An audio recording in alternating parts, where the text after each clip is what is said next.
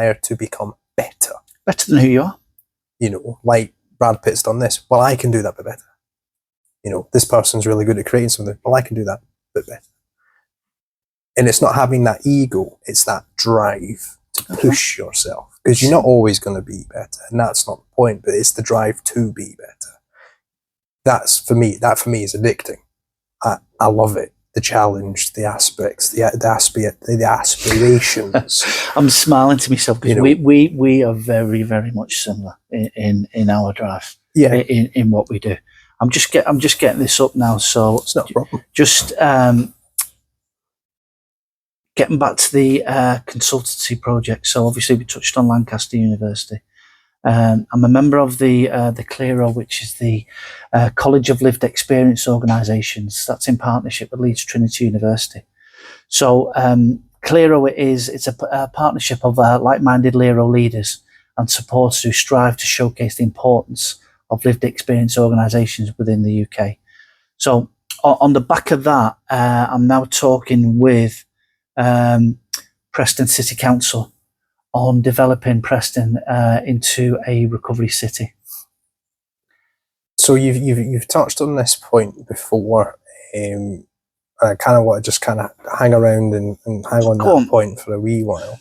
Now, what are the implications of a recovery city? Well, let me just I'll read out and then we can. So exactly. So this is where we are with this. So a recovery city is a place that promotes visible recovery, right? It challenges stigmatization and discriminatory attitudes and champions multiple pathways of addiction and recovery.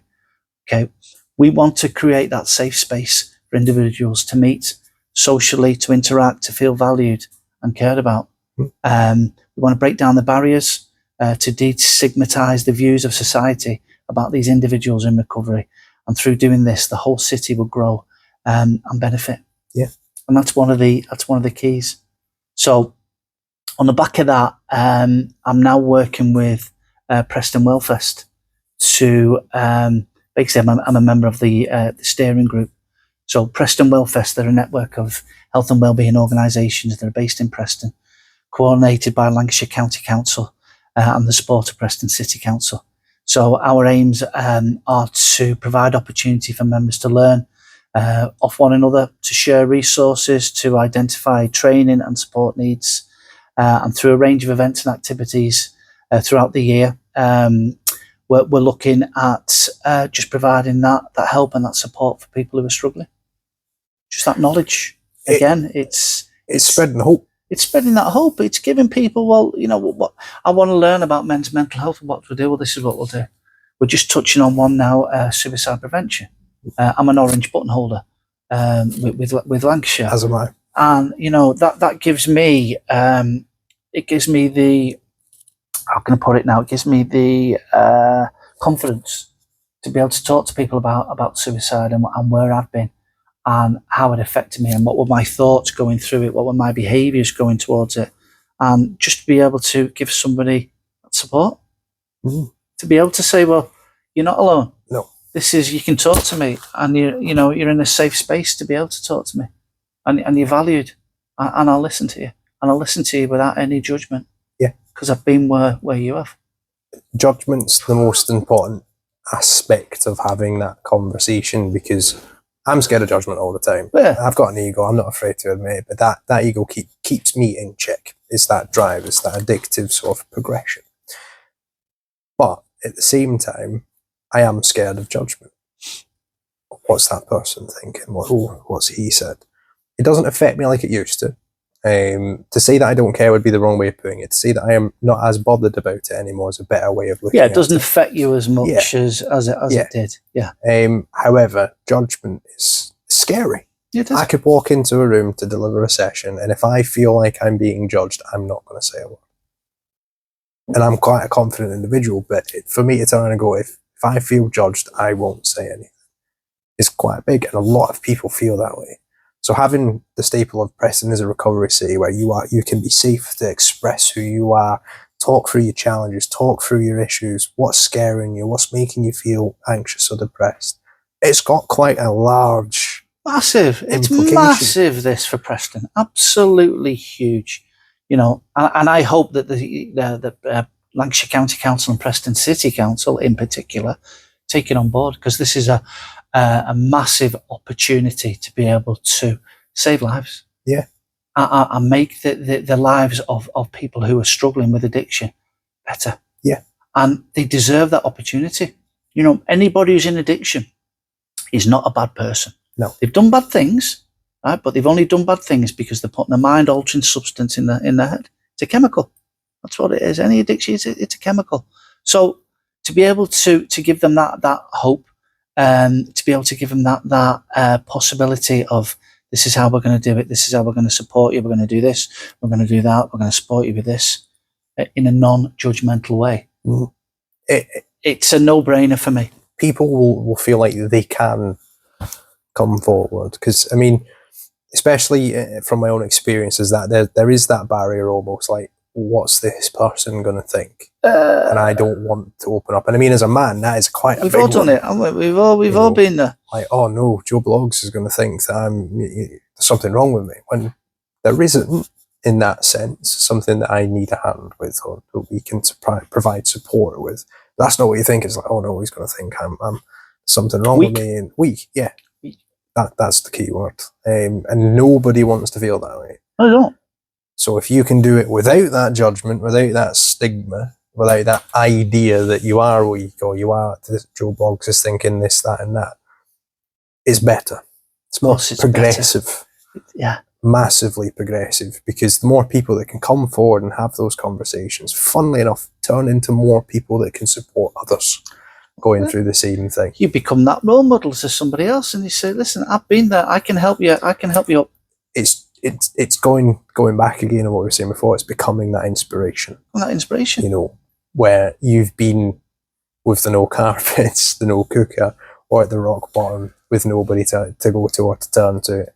It's difficult. It's very, very, very, very difficult. I look back at when I was sat in my apartment there in Preston. I couldn't see a way out. I really, really could not see a way out, and I just thought that ending where I was would be the best solution.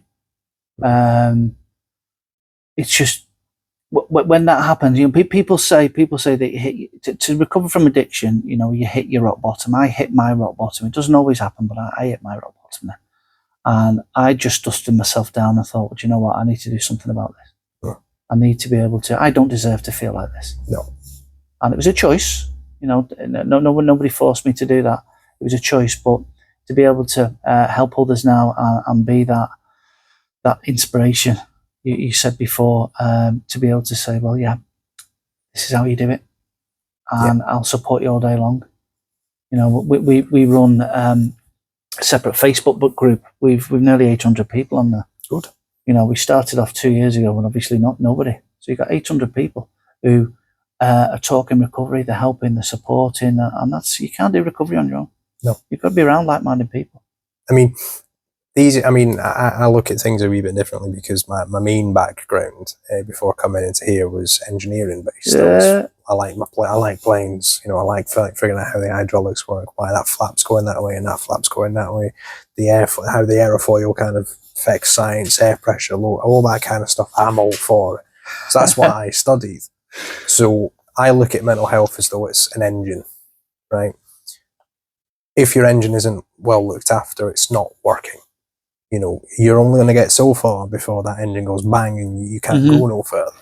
And that takes TLC, and that takes time. Nobody's ever, if you know anything about cars, or you own a car and you drop it off of a mechanics and you go back 20 minutes later, you ain't getting your car. It's still up there. It's still getting that TLC, because I need to do a thorough check. Your brain's the exact same. Your mental health journey is the exact same. It takes time. It's not a drop it off today, pick it up tomorrow situation. If you blow a piston, that's in there for at least 2 weeks at minimum, probably longer. You blow out a tyre, you can fix that on your own. That's a minor issue. Your engine is a larger issue, and that engine is your mental health journey, where it might take 2 weeks to get it started. Doesn't mean it's better, it's started. You can turn the key and it starts going, purr, I like you, we're off. But that's the point. It's a journey. It's not an overnight switch. You've got to get to the point where you understand those things, where you've learned more about those things. Like, if you don't know anything about an engine, you're not going to work on it. If you don't know how to fix a hole in a fuselage with the correct equipment, you're not going to do it, because that leads on to further problems. Mm-hmm. So education, as you mentioned before, is key in order to fix that engine, or in human case, that journey, that mental health. Massive education in understanding who you are, what makes you tick, and it just provides you with that knowledge to be able to cope with things, to cope with life. You've got the confidence. You've got the confidence. You've got the ability. At every group that we deliver, everybody gets every group subject. There's a handout, and the idea of the handout is that, you know, they've got the recovery toolbox. They carry that around with them, not literally, but they've got the knowledge in there through a handout. So if they're struggling with something, they're struggling with a trigger or a craving or something, then they've got that knowledge to be able to go home and have a look at it and think, oh, that opportunity to go home, look at it and think, well, do you know what? This is what I need to do. Right. Yeah. Right. I'm all right there now. And post it on the group. This is what I've done. And this is how I'm going to cope with it. And that's the key for it. What I see now is I see a lot of, we're doing the consultancy stuff with Lancaster Uni. I'm going to touch on some others in a bit. It is that the addiction and recovery and mental health it's up there. It's proper up there now, and especially with the general election coming up now. Oh yes, it's very vulnerable. We'll touch on it. That is going to be a key to a lot of things. A lot of things of how it's going to affect people, and the sort of money that they're going to be putting into it. It's like anything; you can't do anything without money. No. So you need those resources. So just on the just going back on the consultancy project. So just some others that I'm working on, if I can share that with you, mate, if you don't mind. So I'm also working with the Clinical and Experimental Sciences Departments of Psychiatry of the University of Southampton, which is researching hospital-based alcohol care teams.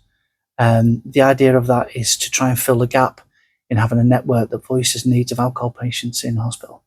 That person who is brought in or presents himself, it's having that voice on how they can be treated. So this is going to be nationwide links.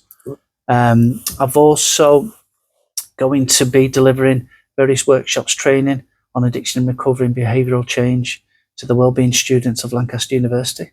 That's going to commence in January 2025. Just while we're on that let me come back, because I'll lose this otherwise. I'll lose this. And the other one is, two more. So I partnered up with the DWP in Chorley. So we're Breakthrough Recovery Chorley Group will provide help, advice and support on addiction and recovery to the Department of Work and Benefits clients. So these are pre-booked in with their health coaches. And the last one, before we go back to what you said there, I'm pleased to announce that if the research subject plan is accepted, I'll be working as PPI lead for the University of Manchester on a research programme titled Evaluating the Effectiveness of Blue Light Intervention Approach Delivered to the Police and Community Organisations in the Wirral. The police was the one I was going to touch on there. So the police, what happened with the police was I sent a tentative email to Lancashire Police through Chorley Police, and I said that we're in the area, we're Breakthrough Recovery Chorley Group, and I wanted to establish a treatment pathway for people who the police come across in the Chorley area, in the Lancashire area, who were suffering from addiction. So that might be someone who they see in the street, that might be a domestic violence they come to where there's drink or drugs involved, anything along there where they might arrest that individual, they might be put in the cells overnight, and he wakes up or she wakes up in the morning and thinks, you know what, I can't believe what I've just done. I'm drinking too much or I'm using, I need to be able to do something about it. Who's going to help me? How can I have that help? So I arranged with one of the sergeants at Chorley Police to go in and give a presentation. So I went in there 2 weeks ago and we did a cost-benefit analysis. And I was joined by Russell Green, who is the new councillor for Buckshaw Village. Made a great connection with Russell. He's absolutely superb. Wants to bring big changes to Buckshaw Village. with regard to health and wellbeing, etc. So we did our cost benefit analysis with the police, and we had an absolute storm. It was good. It was a great group, loads of interaction. And what I wanted from the back of that was to just say to the police that, listen, these people who you're arresting, they're not bad people. They're just in a situation that is a result of their choices. So how can we support that individual? So to establish a pathway now where Chorley Police or Lancashire Police can refer people to Breakthrough Recovery Chorley Group in the community is like world class. Yeah. And that's what we want to do. Provide that community support for those individuals who are struggling. That's what it's about, mate. I mean, because at the end of the day, when we're talking about people, especially that are going through addiction, their life is already destroyed, almost. And it's not completely broken, but it's on that road, And oftentimes, if you are arrested, that gets worse. You feel worse. Whereas in actuality, they're not arresting you to put you in detriment. It is there to keep you away from harm. It's there to keep you out of harm or in the position where you may cause harm. But that's not the idea. That's not how society or social norms view it. Right? I mean, I'm Scottish.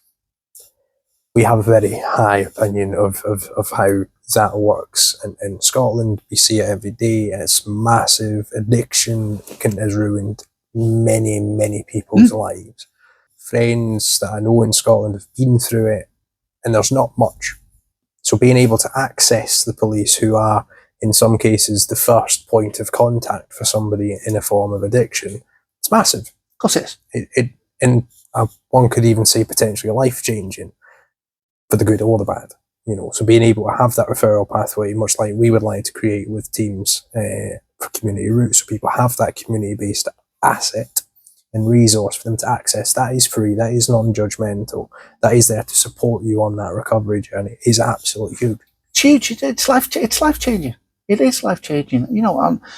Kudos to Chorley Police for accepting me for coming over and being able to deliver a presentation. It was world class. I enjoyed it. I was nervous because obviously being in a room where you've got 14 police officers. Oh, I can imagine. You're thinking, and I'm all right. I've no conviction. My DBS is all right. So, but it was nice to be able to talk to them on a level as not them and us.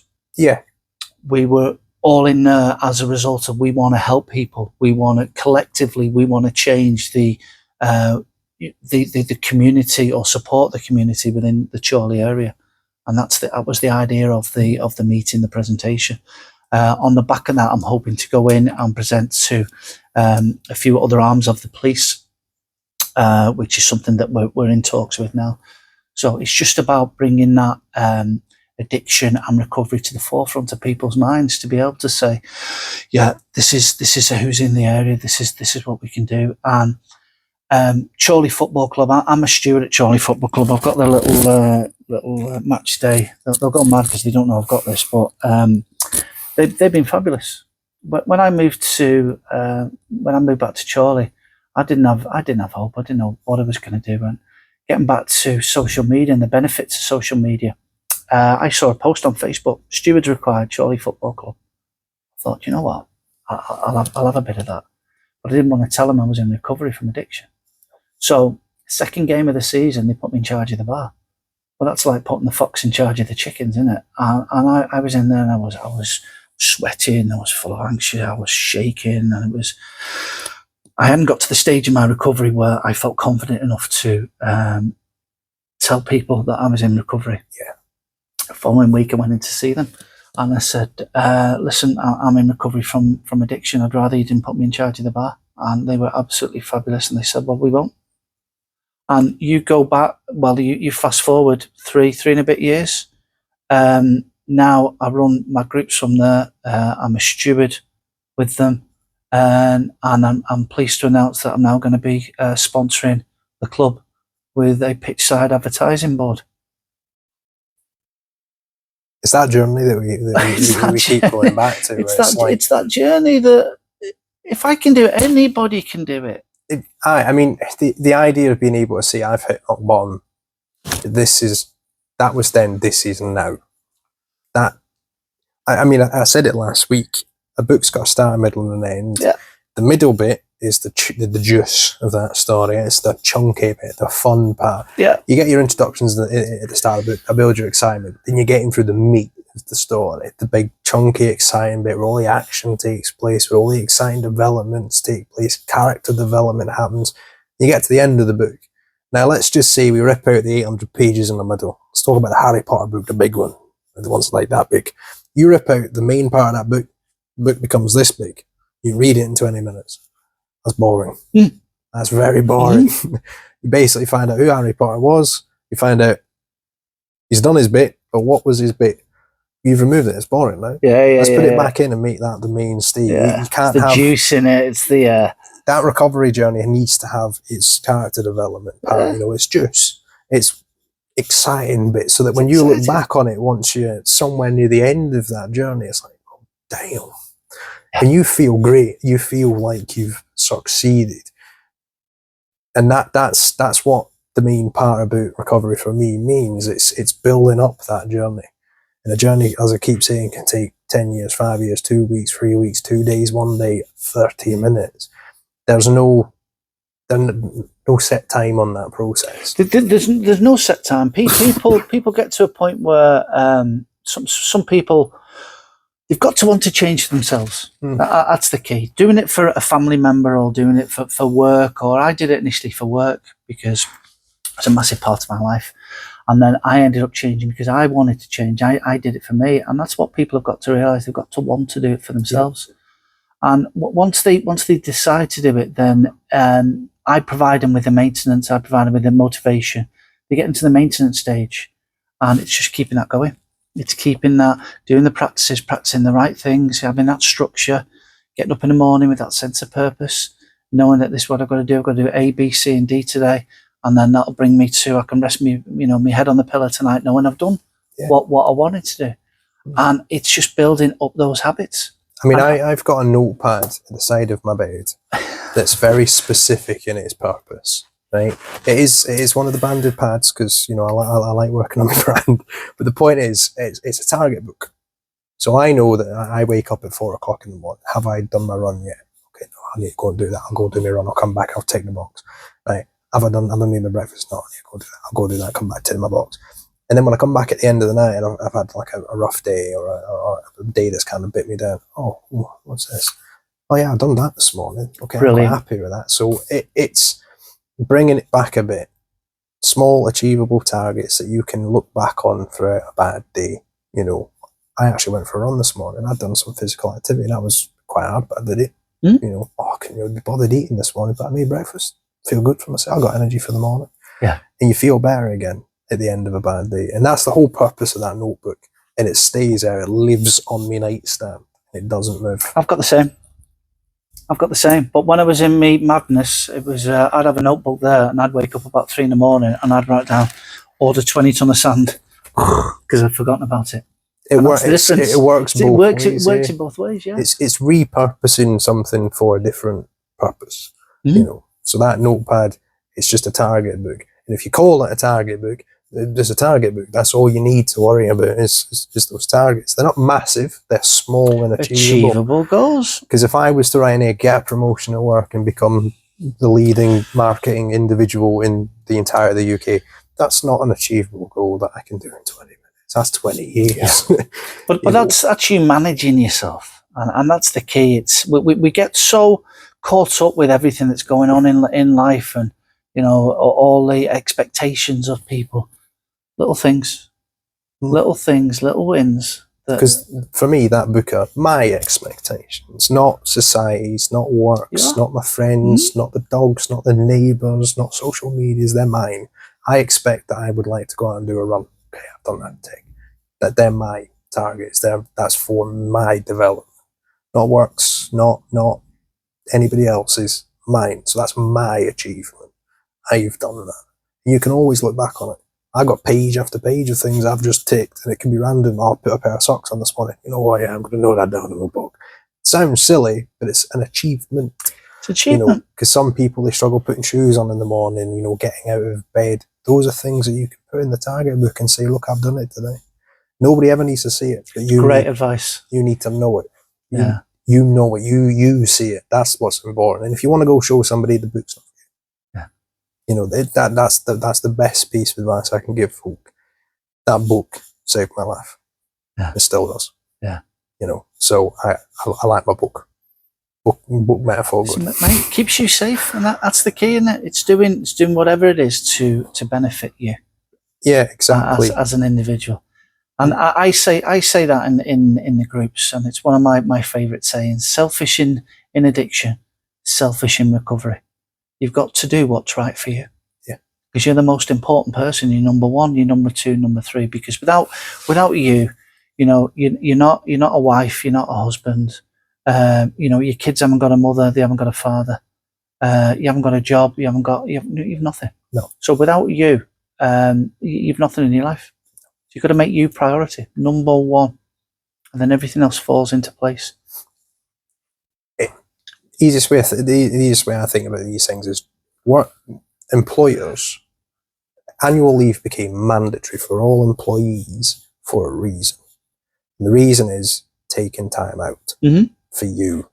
Now, everybody, I use my annual leave sometimes to provide cover at home, but that's still my leave. I'm still able to do that, so you need to have a look at your life as though you're going to take some annual leave out of something, whether that's drama at home, work, or even just put the phone down for 20 minutes. Take that leave. Take it. Yeah. Massively important. It is. Self-care. Employers wouldn't give staff time off, paid time off, mind, without a good reason. Yeah. Because that's business. It's not how businesses are losing that access to that person that's creating that money, really. I think businesses have they realised that. You look at most businesses now, if not all of them, they've all got a mental health, someone who's trained in mental health, for that reason, to look after their employees' mental health. But exactly. when I was in my heyday, I didn't have anything like that. Nope. There was nothing in place for support. So you're on your own, you're battling with it. Mm. You've got somebody there, in a workplace that you can trust, that you can go to, feel safe, feel valued. Exactly. Not judged, to be able to help support you in what's going on. It's vital. I mean, that's how things change. I'm so old but young enough to know what that felt like. I mean, 20s, let's have a look. I left education and properly left education in 2018. Didn't end up getting a proper job until halfway through there, and I was a senior constructions management apprentice. So I get the whole 20 ton of sand. Okay, who's on that? Who's doing that job? Who's ordering that stuff? Then you go and have a chat with the QS team, and they've not done the proper statistics. You go down to finances, they haven't done the proper logbooks. So when you're in the planning department, you need the other three departments to do their job so you can do your job, so that you go to the site manager, right, you got your 20 ton of sand, this coming on Tuesday because it's been ordered. Finances have cleared it and QS have ordered it. Done. If they don't do that, you're exhausted. And that's that environment. It's shite. Easiest way of putting it. It is. And it builds and it builds and it builds and it builds. So that 20 ton of sand is now 128 ton of sand. And it's tiresome. And there was nothing there when you were tired and you were feeling exhausted and you didn't have anyone to turn to. It was dead water. Still nothing. No big waves coming in to make it more fun and exciting. No big storm coming in over the Pacific. Nothing. It was just still dead water. Couldn't move. And as a man, you can't say something. Oh, no. Because that was the stigma, wasn't it?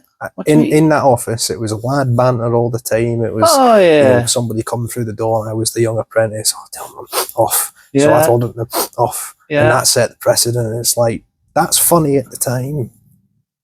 But when I was in need, I ended up losing the apprenticeship, unfortunately, due to what was happening outside of work. I couldn't sleep properly. Stress was building up because I didn't feel like I could communicate at work. And I lost the opportunity. One of the best opportunities I had at such a young age, and I lost it because I didn't feel like I could open up. I'm glad I've lost it now in hindsight, where I've ended up and being able to share that story without judgment and having the confidence to not care about that judgment. I wouldn't have got that at that job. Mm-hmm. I wouldn't have learnt that lesson at that job. But the point being is there was no support available for a man to step forward and say, look, I'm depressed, or I'm stressed, I'm feeling anxious, I don't really want to get out of bed, or I'm overworked, So being able to turn around to folk and say, you can come here. You can come here. This place is life changing. Yeah. It's why community roots, especially from me, from an outsider's point of view, I say it, well, I'm not an outsider anymore, I work for community roots, but from a person's point of view, being able to say, I've got somewhere I can go is huge. Of course it is. Absolutely massive. And again, with us, partnerships build networks build possibilities provide hope. So we don't have the answer for everything.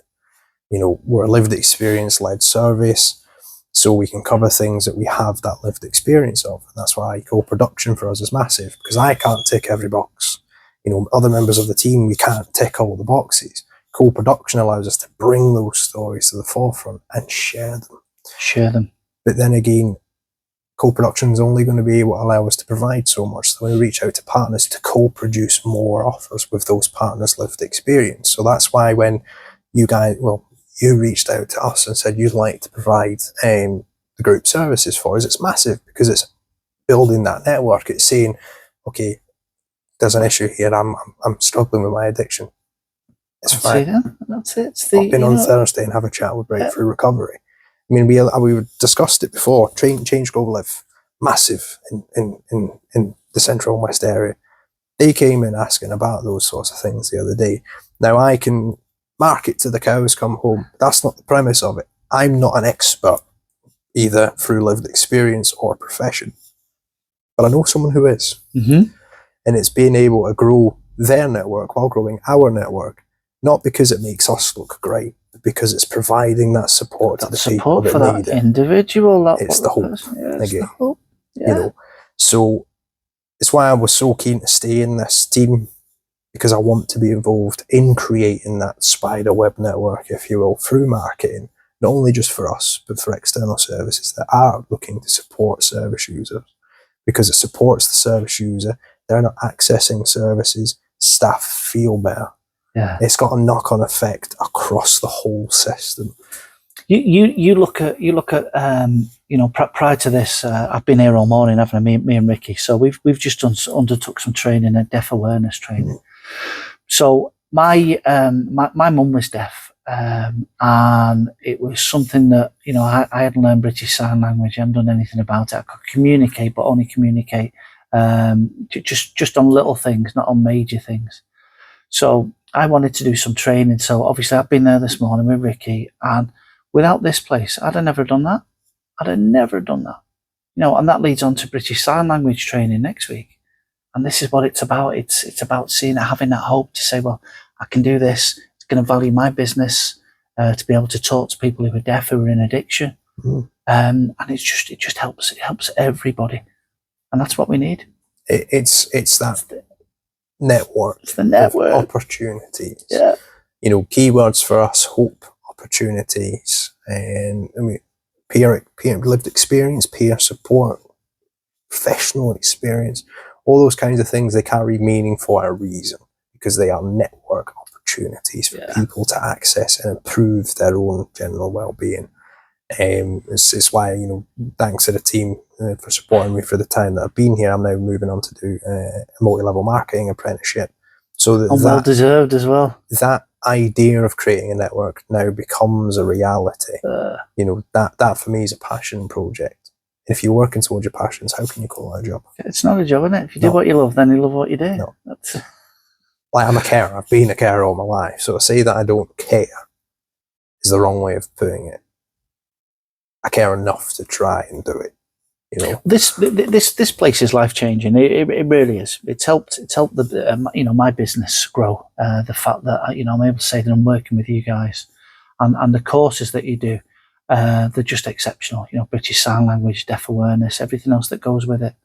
it gives us another arm to be able to, I post all your stuff on my group every week just to say, this is the timetable, this is what's available, and it's just letting people know that you're there, and that's the key, and it's working together then to say, well, because you support me, I support you. Scratch my back, and that's the way it works. And who's the guy who's benefiting? It's the guy in the street, and it's as simple as that. And that's how it should be.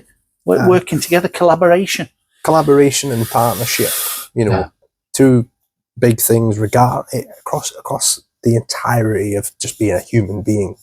Partnership is huge because, again, as I said before, I don't have all the answers. I mean, if I did, I'd be very impressed. But what I can't answer, you could answer. For example, you might not be able to answer it, but your network says that person can answer it. Joe Blogs might not know. Well, he's got a friend called Cindy. She knows. That's the beauty of it, because somebody somewhere can support the person that comes in and asks me a question. Yeah, and I'll know who to go to next. Yeah. Who to say, okay, I've had this person come in today. They're looking for an addiction support recovery group. Okay, I know exactly where that person can go. Pop in on Thursdays. I'll introduce you to Steve. Simple stuff like that makes a massive impact on people. So that for me is why this place is great. Accessing here grants you access to a huge network of opportunities. This is world class. It really, really is world class. Everything that you do, and it's so welcoming. From your reception, from your walk up the facilities, it's brilliant. It's absolutely brilliant. I'd recommend this to anybody. Thank you. Anybody at all. Just check on the website. Just call in. Call in. Have a brew. It's brilliant. It's fabulous. That's the one thing I will say before we kind of look to cover some ending topics before we close. Even if it is just a chat, popping in. Just pop in, mate. Just pop in. I mean, I'd love to have a conversation with you. I like talking. You don't do podcasts if you don't. No, you like don't. Talking. No, not at all. But it's. But I'm happy to sit with folk and just discuss random things. You don't, something that if you want to just have a conversation about. We've got something for that now. It's called Talking Tables. Yeah. Pop in, have a chat. Yeah. Have that. Create that social connectivity.